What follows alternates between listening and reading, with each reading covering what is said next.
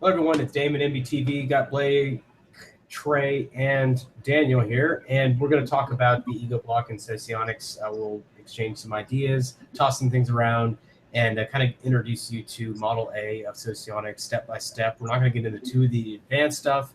I know you guys were pretty much anticipating how that's going to be, so little things, a lot of stuff going on during the holiday season. I'm sure you guys are busy as well, but I thank you for joining us tonight. I'm going to kick this off with saying that the ego block is very similar to the myers-briggs function order from your dominant function to your auxiliary function. And it's just going to be your leading and creative function, or your base function and your creative function. So we're going to talk about those particular things. I will kind of use sociotype as a guide to kind of help you guys see a little bit of differences, how these functions work. But ultimately, you're going to see a lot of similarities when you compare it back to the MBTI dominant and auxiliary functions. That being said, I believe Trey or Daniel, you guys want to kick it off with anything, any comments, any annotations about that? Yeah, I can do that. Okay, go ahead. So for you guys that don't necessarily get the conversion between Socionics and MBTI, the function stack isn't necessarily the same in the exact same order. But if you take INTP, for example, the dominant function is TI, which is actually a judging function. So you'd wonder why they don't use INTJ instead of INTP for the INTP and MBTI. But Socionics, they were like, we'll just do that. So they went with that system, while MBTI did a different thing, where what they were focused on was the first function you're extroverting. Is it judging or perceiving? And so the INTP, the first function they're extroverting is intuition. So they put a P instead of a J. So that's how you cross it over. But the only thing that crosses over in the order of the function stack is the first two functions, which is what we're going over today. The ego block, which is the dominant and auxiliary, or the leading and creative in Socionics. So I just want to make sure that everyone's clear on that first. Okay, so Daniel, anything to add? Nothing to add as of yet. Okay, so, all right, guys, the leading function is going to be like the dominant function in MBTI, which I stated earlier. But before I get started, I kind of want to cover the function stack with you. And it's called Model A and in Socionics. And it's the leading function is your first function. That parallels to the first function in MBTI. What I mean by that is, like, some types have this perfect crossover where they have the crossover from MBTI into Socionics, and it's the same type. There's 16 types in Socionics, there's 16 types in MBTI, and you have the same type as far as the functions go.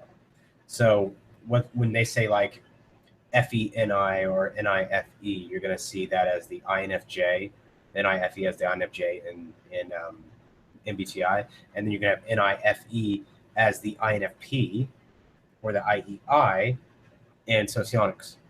Even though the types are technically a little different, because the understanding of the Jungian cognitive functions in MBTI is not the exact same thing as the information metabolism elements that are in Socionics. Okay, so, but some people have that simple crossover, and if you're going in an order like that, the first and second function will be the same as the first and second function in MBTI. So your leading function is your dominant function in MBTI. Your creative function is your auxiliary function in MBTI, if you're doing the crossover.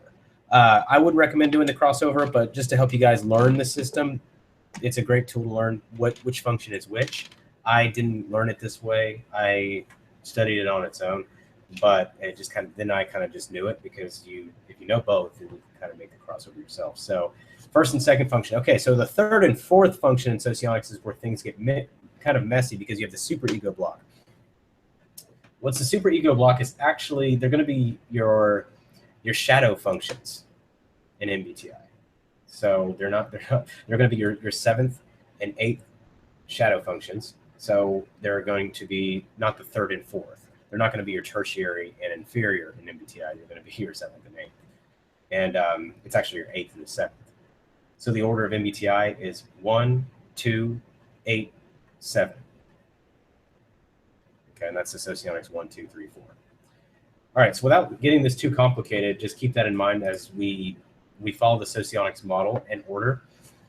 And the creative function is like your auxiliary function. The leading function is primarily your your kind of uncompromising commitment to life. It's what you are confident of, your psyche. It's what you've kind of built your ego around, hence why it's called the ego block. And it's really, really important for you to recognize the strength of this function, which we call a 4-dimensional strength or a 4D function in the leading function. And there's two 4Ds there, and that's kind of your measurement of strength, but it's actually dimensions, how many ways you can use this function. So the versatility of the function. So your 4D functions have a lot of versatility. It has a lot of use and command of use. So it's a 4D function as your leading function, along with your demonstrative function, which we'll talk about later. So those are your two strongest functions in socionics. Your second strongest function is your creative function. That's one of them. And the other one is going to be your ignoring function. Okay. So this parallels with something I said a long time ago. And this was, naturally, as someone who's ENTJ, you have someone who's a TE and I, so that's a T and an N. So as ENTJ, that if I were ENTJ in socionics, then that would make me good with thinking in general and intuition in general. And I'm talking not the extroverted or introverted attitudes, but both, which I never understood about MBTI, because saying that my TI was terrible, but yet my TE was really good doesn't make sense, because if you're a logic user, you're generally going to have a good understanding of both styles of logic. It's not like one thing's logical, another thing you don't really understand fully. Okay, so the Socionics model actually lets kind of gives you some breathing room when it comes to this, because you'll notice that if you lead with TE and I, you're also actually better with NE, and you're good with TI. Okay, so you have that full flexibility, that full range as far as that goes. The inferior functions, or the tertiary inferior MBTI, on the other hand, they're going to be challenged, and their shadows are going to be challenged. Those are going to be very difficult functions in general. So you have this kind of crossover with that, and whereas in MBTI, it's like you either suck at one thing and then you're good at another, or if you're terrible at TE, then you're good at TI. I found that just to be highly confusing without being incredibly supported in a lot of ways. And again, that's more the theoretical side of MBTI. The power of MBTI lies in the dichotomies. It lies in the I versus E, N versus S, T versus F, and J versus P. That's where the real power of MBTI is, and being able to classify your type that way. And some people have asked me as of late, they've said, you in the past said, don't do that, don't use the dichotomies. Professionally, that's how I was trained, and that's what I believe. I think if you're sticking with the MBTI system, it works best with the dichotomies.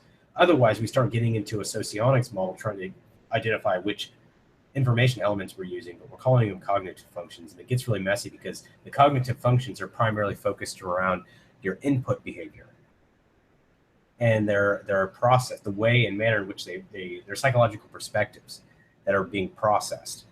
And there's no output to really monitor. But if you're looking at it from a socionic standpoint, you can actually look at the output. It's an input-output mechanism, so you can look at it quite differently.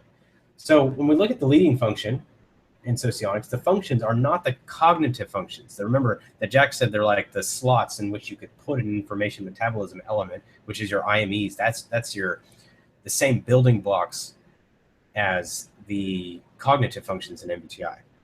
So if I say TE, that's an information metabolism element in socionics, and it's not really.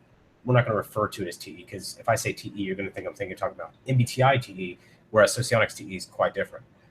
Okay, so these are some basics I want to make sure you guys understand before we kind of dive into the power of these functions and the positions or functions, the slots, and how each one metabolizes differently. So when I was talking to Trey the other day, one thing I used as the example of biology, and I'm not a biologist, but it's understanding how, if you look at the cognitive functions in a way, the Jungian cognitive functions, the ones that are in MBTI, and you say, you can't say that, because my TE because I use TE, it's going to be weak or strong, or it's going to perform this way, without understanding in which way it's performing. So in the biological sense, we know that glucose metabolism is going to be a little bit different in a muscle than it is going to be, say, a nerve, right? How does a muscle treat glucose? It stores it, glycogen, right? Do nerves store glycogen? So you start seeing how the process is different, yet it's the same element.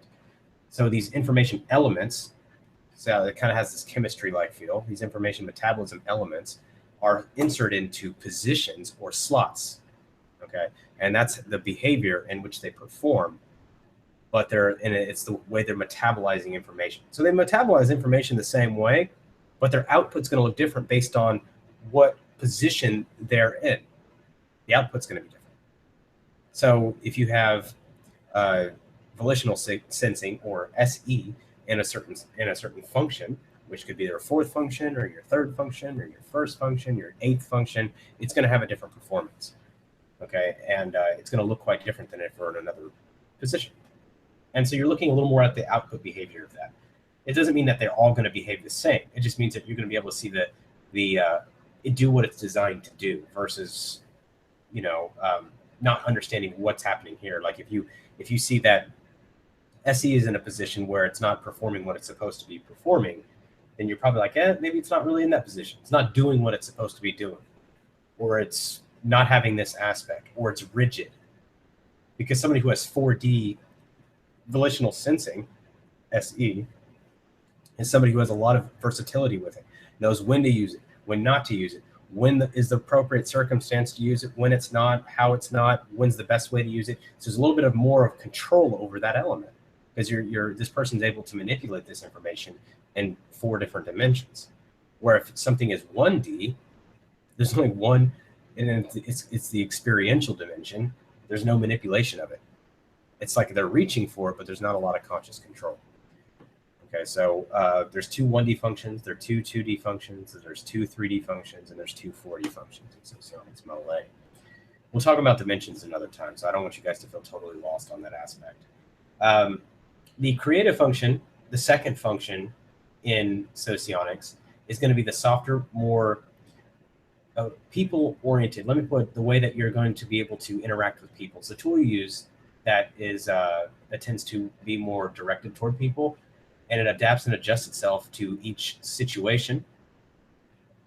And it looks for more of a way to get the leading function's job done. So maybe a different way of doing it, another way of approaching it, another way of assisting the leading function. This is why it's often called the tool function, because the leading function can use this creative function as a tool to still accomplish the same task. It's a support function. It's the right-hand man of the leading function. So it helps give a little more arsenal, a little backbone to that leading function. So that's the concept of the creative function. It has a little versatility there. It's a 3D function. So its primary mode is to have a little more fluctuation, and it's a situational use. That's what that third dimension is, situational. The second dimension, which I'm going to cover with you real quick, is the normative. Okay, this is the way it is. This is why it's this way. This is what is expected. This is what it's going to perform. And the first one's you just experience it. Okay, so it's experiential, normative, more of a situational. Then ultimately with the fourth dimension, you have that full versatility, understanding its place in time and being able to adapt each situation and create a new understanding of those particular aspects. All right, so guys, do you have anything to add to that so far? What'd you say the first dimensional was? The first dimension is experiential. As in it like experiences what, if you experience that, then you use it a bit more, you can actually learn more about it or whatever? Yeah. Well, you don't really learn more about it. You just experience it. You don't have any direct control over it, really. Okay, so Socionics, your 2 functions, all your functions have a 1D element. You experience it. You experience all your information metabolism elements. It's like they're there, but how much control do you have over them? Okay, that makes more sense. Yeah. So every function has I keep calling them functions because of the MBTI, but every cognitive IME, every information metabolism element, is going to have that aspect. You're aware of its operating, but there's not much you can do. There's not much you can consciously do with it.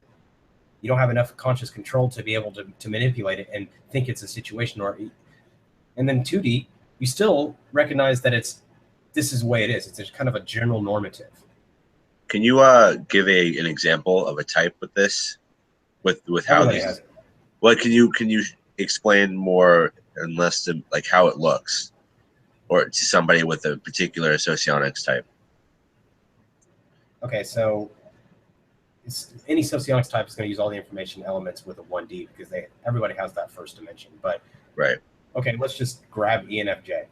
All right, so you have your EIE and Socionics, and they have their two functions with just 1D, which is SI.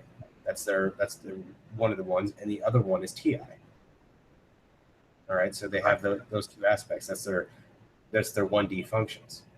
So the EIE in Socionics is going to be aware of that function and its existence and of its process, but they're not going to be able to either directly influence its process to maximize its capacity, and they're not going to, for example, SI, they're not going to be able to do what's required of themselves to take care of themselves in that aspect. They're going to have a hard time understanding that there's a lot more situational use of that particular information metabolism element. Okay, so TI, same thing. You think EIE would go in there and go, okay, so here's what's wrong with my logical framework. Here's what I need to do. Here's how I'm going to manipulate it. It only applies in this circumstance. It doesn't apply in that circumstance. It applies in this. They're not going to do that because they don't have that dimension of that function. Okay, based on its position. It's the suggestive and vulnerable, which is their first dimension functions. Makes sense.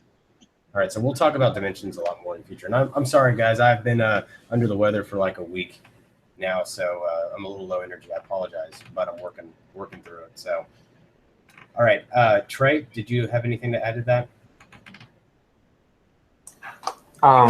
Yeah. So if I have because what I'm wondering is how the functions differ when they're like both 4D or both 3D or both 2D or both 1D, but the difference is their value or unvalued. What are you looking for, valued and unvalued? Yeah, just as like something to we've already talked about that, right? Yeah. So your valued functions, this is going to get kind of ugly because you have what we call your valued and unvalued functions, and when if you try to cross over from MBTI, what your valued functions are the ones that would be in your MBTI stack. Those are your valued functions. The other ones are called subdued, and in Socionics, which means that the cognitive process particularly doesn't put emphasis on these particular aspects, even though they may be strong and multidimensional. Okay, so you have that complicated process of understanding if something can still be strong but completely subdued, and that's what your standard unvalued and valued is. So your valued functions are going to be your leading function, your creative function, your mobilizing function, and then your suggestive function. Okay, and that's going to be your super id block and your ego block. Okay. So Socionics implies that the in MBTI, just so that I can paint a picture, the subconscious functions are not used more or less. It's just whether or not they are actually valued or not. What do you mean subconscious functions? Well, because I'm talking about MBTI when I say that, just so people see the last four functions if we're considering all 8, right? And I know that in MBTI technically there is no 8, right? Yeah, there's 4. But the way that a lot of people see it when it comes to MBTI is that they see that you have the conscious, subconscious functions, while Socionics, technically MBTI doesn't actually say that they're subconscious functions, but that's something we kind of pulled from Socionics. But Socionics says that it's not necessarily that those are unused. It's just like that those are used less, but it's more on whether or not they're valued or not. So I may use, being a LII in Socionics and having the first leading function TI and then the creative function NE. The SI and FE are valued in Socionics, but I do use other functions in the other functions like TE, NI, SE, FI. I use some of those just as much as I use some of these. The difference is whether or not I value them, because if we go in the order of TINE-SIFE, which I know Socionics doesn't do, but if we put it in that order, then all the valued functions are over here, and all the unvalued functions are over here. Yet I use some of these just as much as I use some of these. Right. Yeah. But that's why you have to look at the Model A block, which is what we're talking about. Because if you look at what the functions are in Model A, it's your leading, your creative, your role, your vulnerable, your suggestive, mobilizing, and then you have your ignoring, and then you have your demonstrative. If you understand what their position is, those in the super id and those in the ego are the valued functions. The other two blocks are subdued. In those particular, you're naturally going to have a resistance to those functions, and that's why those functions perform the way they do. If you value those functions, you'd have a totally different performance. Those functions, the information metabolism elements in those functions the output would look a little bit different if they were valued. So what we're looking at is output too. This is what makes Socionics so unique compared to MBTI, is because you're not looking at output in MBTI. If you're looking at Socionics, you're looking at output. You realize that something is strong, but it's not valued. How is it going to look? How's it going to look? It's going to look different than something that's strong and valued, or even something that's weak and valued, or something that's weak and unvalued, right? So the weakest functions in your Socionics slot are going to be your vulnerable function and your suggestive function. One is valued and one is subdued. So the vulnerable is subdued and subdued and totally weak. So how's your psyche going to feel about that function? Trey? Could you repeat that last part? I zoned out. How is your psyche going to feel about a particular information metabolism element in the vulnerable slot, which is your vulnerable function? That vulnerable function is going to be not only unvalued or subdued, but it's also going to be weak. What do you think your attitude toward a function that is weak and unvalued? What do you think it's going to be? Well, for me, that is SE in Socionics. So, Okay. So for me, that's really bad because I'm already INFJ and MBTI, which means that I have a really bad relationship with engagement. All right. So, but the thing is, your attitude toward SE, if you have something that's also weak and unvalued, you're naturally not going to like it. You're going to hate it. That's the thing. You generally don't have any regard for it. You might even think it's completely pointless. Yeah. And go ahead. No, I think it's actually interesting that you were talking about values, because in what I've observed with people, a lot of what holds people back is just not valuing certain kind of actions or outputs. And Socionics kind of covers that pretty well. Valuing certain functions or not, right? Kind of creates who we are.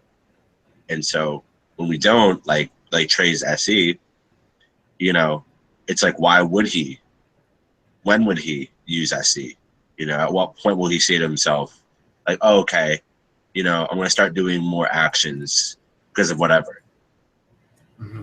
I think that whether or not you value a function or not plays a lot into how we into the whole Socionics dynamic of intertype relations, which is what a lot of Socionics is based off of. Because if I don't value SE in myself whatsoever and don't even use it, then I may look at somebody else with SE and I may have a certain attitude towards them, or you know what I mean, like I may think certain things of them because of where I'm coming from.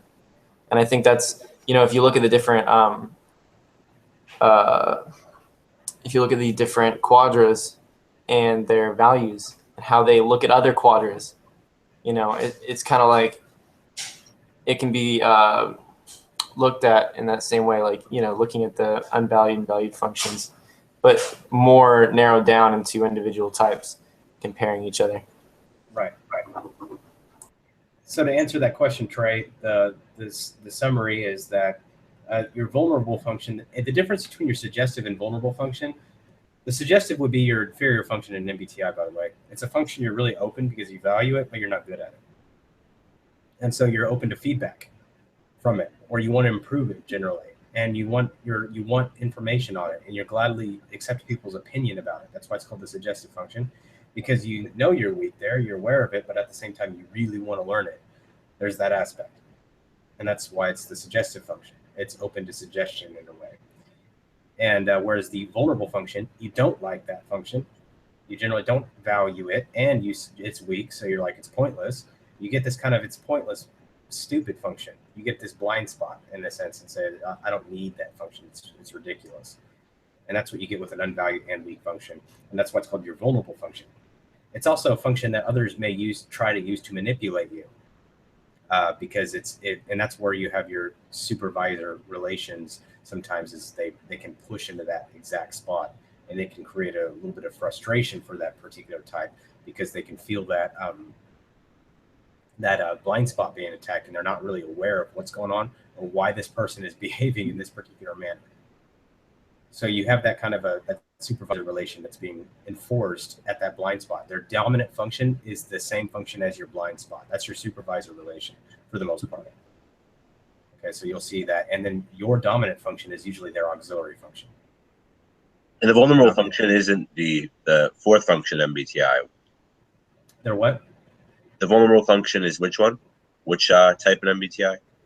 Which function? It'd be your seventh function in MBTI. Oh, okay. That'd be your vulnerable, which is the fourth function in Socionics. It's the fourth slot. So your vulnerable would be your MBTI seventh function if your type crosses over perfectly. Right. I was reading an article, just for you guys watching the show. I was reading an article that talked about the compatibility between systems is near impossible because of the understanding of how each model works. You have two different styles of models. You've got two different models completely. You could be any MBTI type, and then you could pretty much be any Socionics type. And that's where the challenge is. Now, you'll see some patterns. You'll see a lot of MBTI ENTJs transfer over to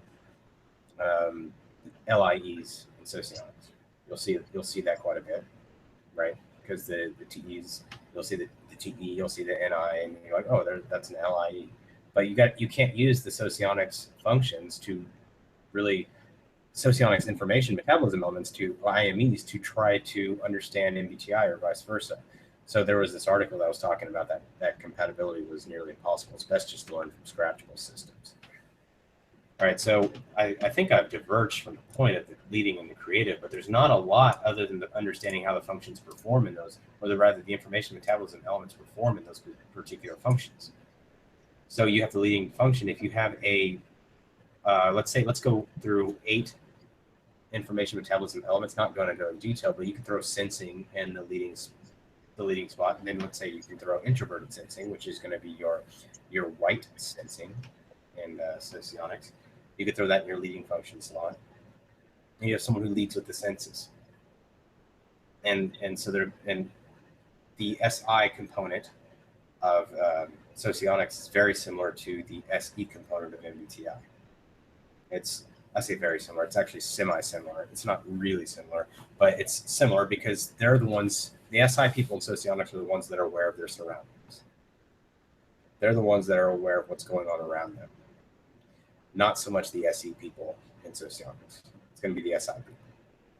Like, this is there. I know the space. I'm aware of the space between these particular things. That's how Blake is.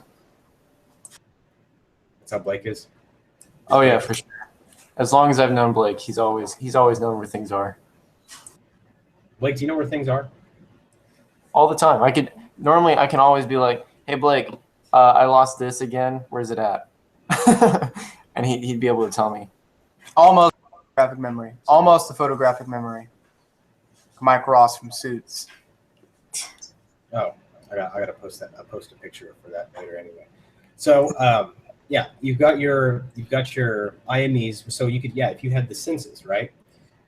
So you could have senses in SI. We're going to call it senses. These are the annotation that some Socionists use as far as the kind of separating the concept. These are not the Jungian cognitive functions. You have a different concept here. So we call the SI component, we call it senses. So, that's, if you're talking about SI and Socionics, just call it the senses. Senses, that's what it is. Being aware of where everything is, the space between each thing, and the harmony between each thing, right? The effect that this has on this. And what I think I did the live stream on this last week. I talked about, the objects, the space, and I talked about the objects in the space, right? What was the objects? The objects was the logical side. Then I talked about the space, which was the sensing side. Then I talked about time side, which was intuition. Then I talked about energy, which was ethics. So the space and every particular component information element has two sides. It has the structural side, which is going to be your black side. Then you have your white side, which is your relational side. So if we're looking at the senses or looking at the sensing functions, extroverted and introverted, we're going to change this over to black and white. Your black sensing, right, is going to be about the structure. Your white sensing is going to be about the relation between the space between. It's going to be about object, the space in between. It's relational. How much space this takes, how much space this takes, how does this, what effect do these have on each other? So what you get in socionics with somebody who is very SI oriented or very sense oriented is they're trying to attempt harmony between two things in space. So they're very focused on development of what? Oneself in relation to others, right? Not necessarily creating relations with others, although that can be part of it. It's about creating harmony with oneself in relation to others. So you're going to see a lot of personal development with people who lead with sensing, like introverted sensing or the senses, right? So you can see that leading function, somebody who dominates with that function is approaching life with this idea of, I've got to make sure that I am relating to these particular things. I make sure that my impact, what I'm doing here, doesn't have this type of negative effect on this particular thing over there. And this is a very simple example of what that could be. So they're always adjusting themselves, which is why they're heavy personal development focused in general for socionics. They're always adjusting themselves to make sure that they're not affecting the space in a way that they may come across as negative or they may feel as negative. Whereas somebody who is the other sensing, volitional sensing, is not about the harmony between the relational aspect of space. They're more about the structure of space. This particular object is taking this much room and it's in my way. It needs to move, right? It's taking too much space. I need to get it out of the way. So now you have the force aspect. So someone who leads with this function is ready and willing to apply force to something they know and wish they could move, and they're more than willing to do it. That's what you get with someone who leads with volitional sensing. And they know how to use force. They're good at it. They don't necessarily come off as, horrible people, even though they lead with this strong force. And it's because they have control of that element. They can be pretty forceful. They want to be, and they can do it with kind of a smoothness at the same time. So there's that aspect. There's a natural presence because of and that's where that kind of the word presence comes from. They're leading life with this space occupying persona.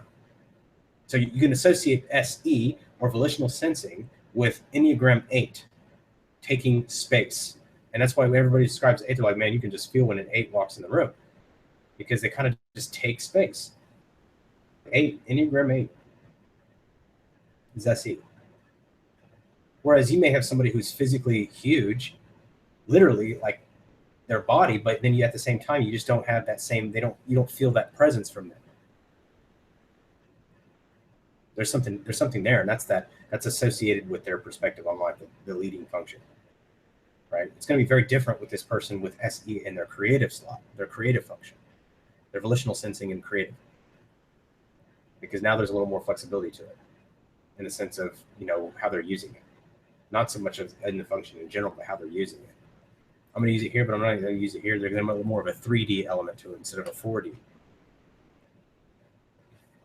All right. You guys have any questions on anything so far? Not right now. It's like it's very interesting. Troy disappeared. Blake, you're on mute.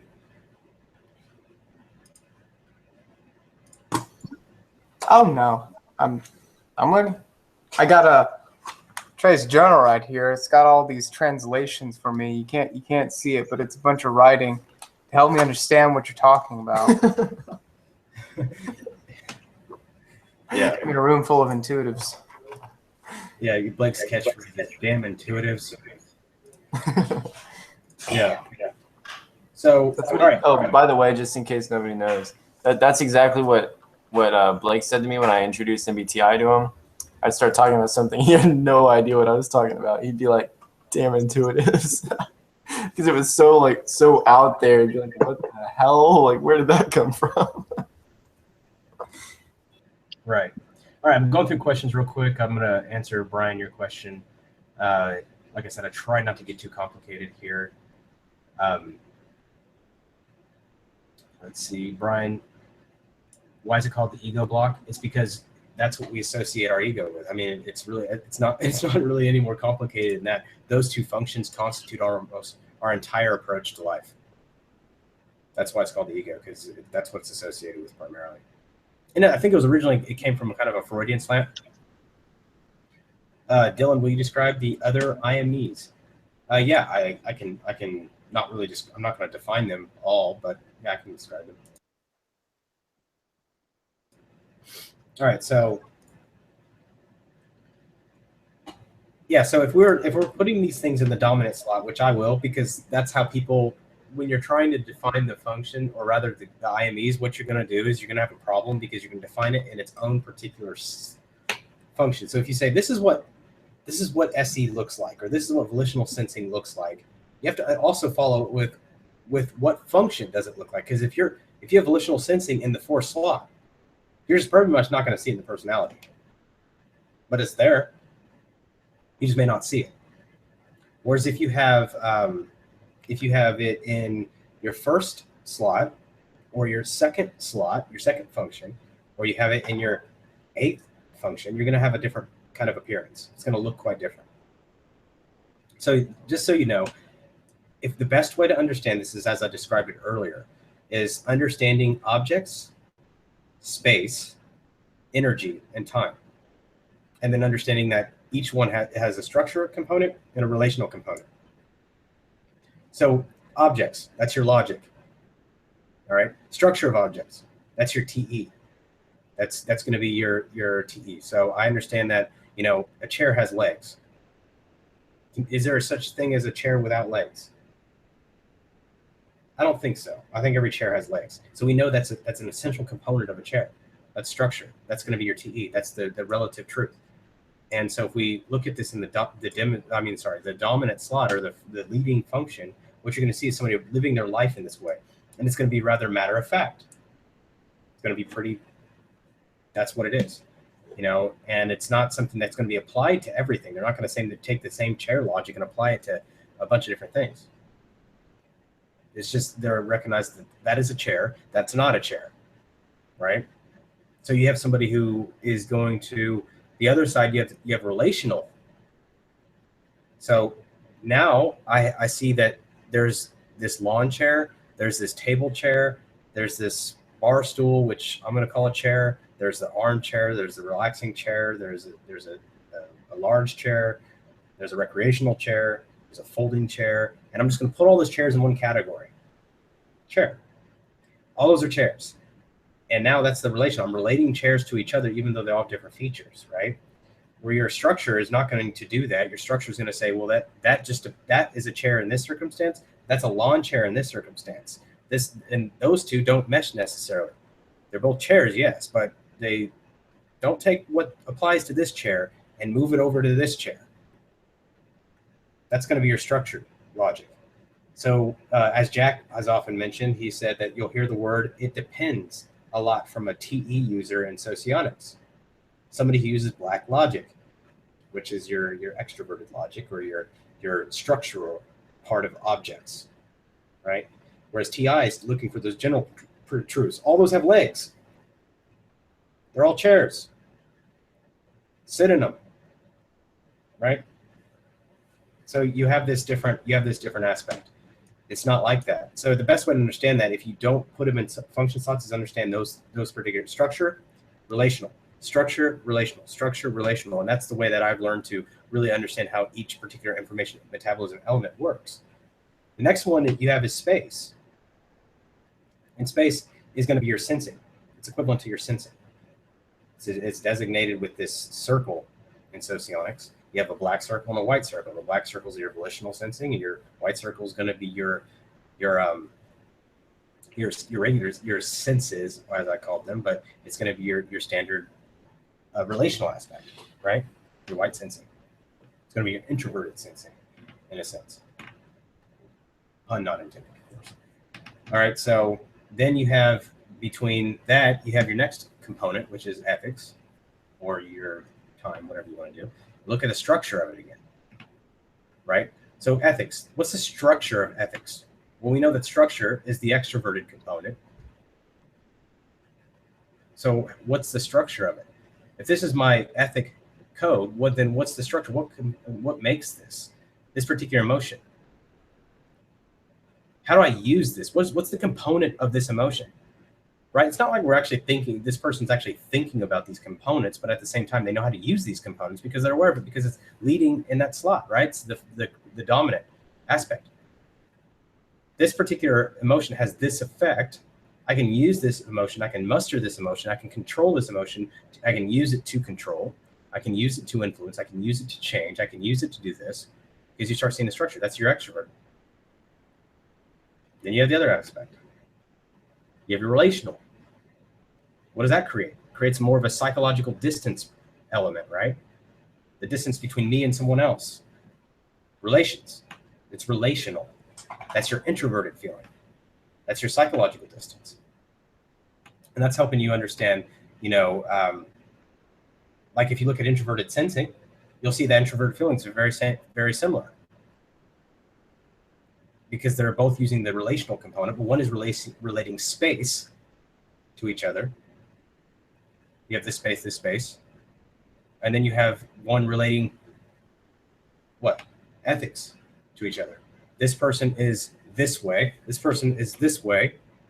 They don't need to be this close, but they will work really well this close. Put them too close, that's going to create problems. Move them too far away, that's going to create problems. Man, right there is about good. Whereas the other aspect, the structure component, doesn't do this thing. Time, same thing. Structure of time, the extroverted component. And the relational aspect of time is your introverted component. That's your intuition, right?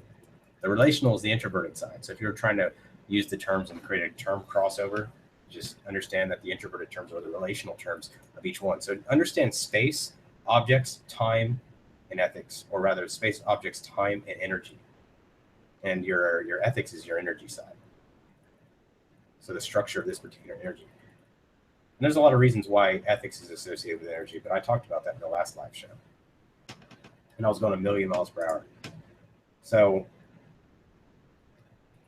yeah, so Jack made a good comment here, and I want to make sure I put this in the video. He goes, senses in a constant state of flux, like running a bath, needs to be continually tweaked to be right.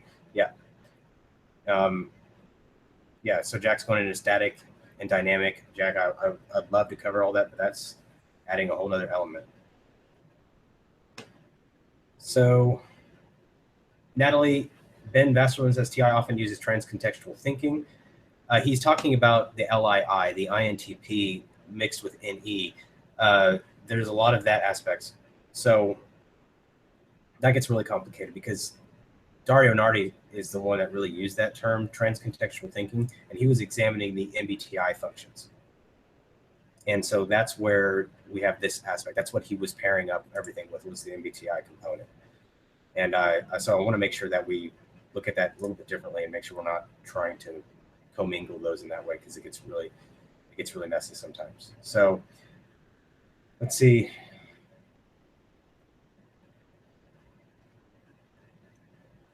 Any other questions?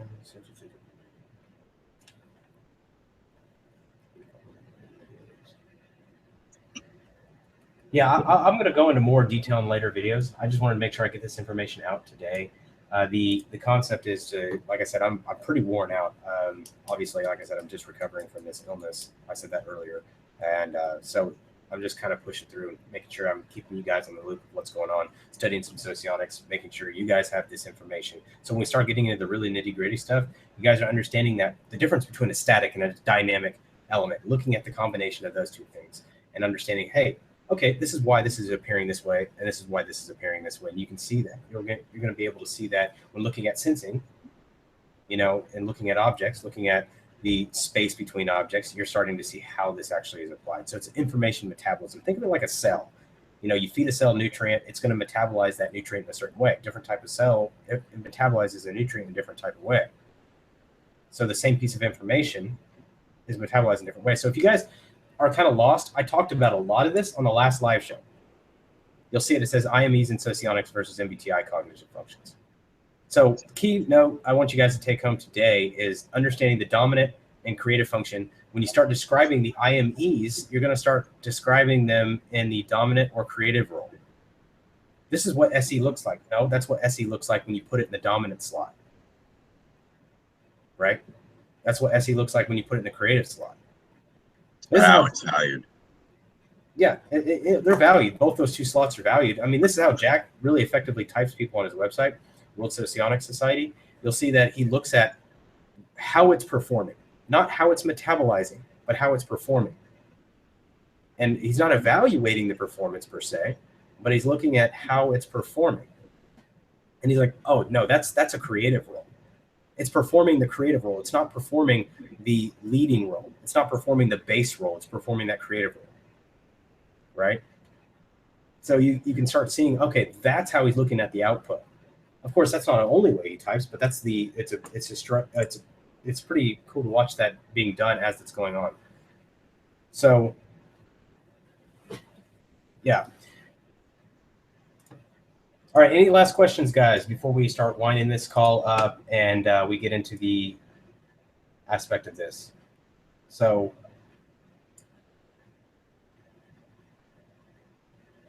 Blake, Trey, Daniel, questions? No, just gotta do more research. Yeah, so I just like to make a point that the leading function, since we're going over the ego block, the leading function, which is the primary approach to your life, is a 4D function, while the creative function is 3D, which is just, of course, supporting the leading function. And I just like to make it, because the thing is, it would make it weird and it would make it a lot harder to discuss, and we'd have a lot more to talk about if it were a different group. But we have the ego block first, so it's going to be a bit simplified. And the only reason it's going to be that way is because a lot of you it's pretty similar. Just the ego block itself is pretty similar to the way that the first two functions in MBTI work.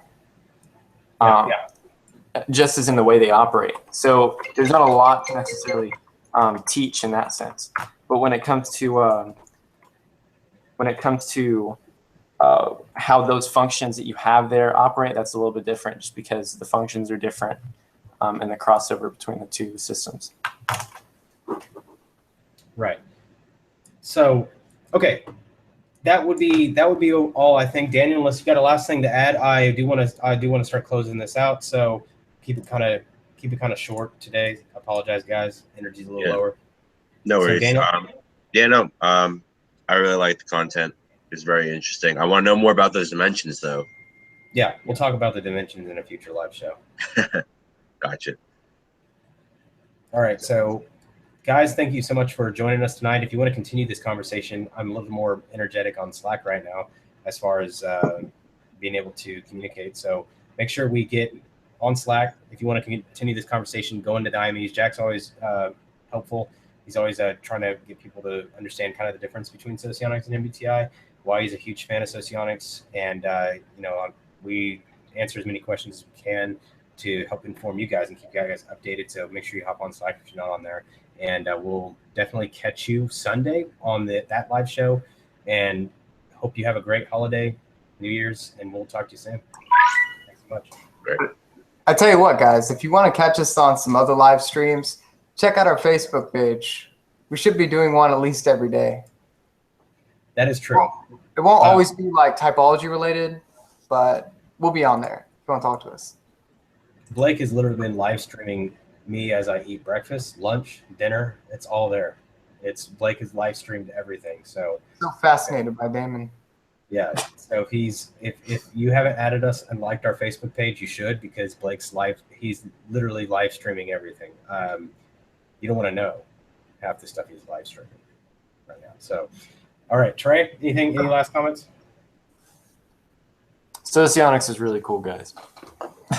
So if any of you were lurking and like, you should just get into it. Get into the different functions. Look at Jack's blog. It's all really good stuff. We can put that in the description for you guys if you like. And yeah, thanks for watching the video. All right, talk to you soon. Take care, guys.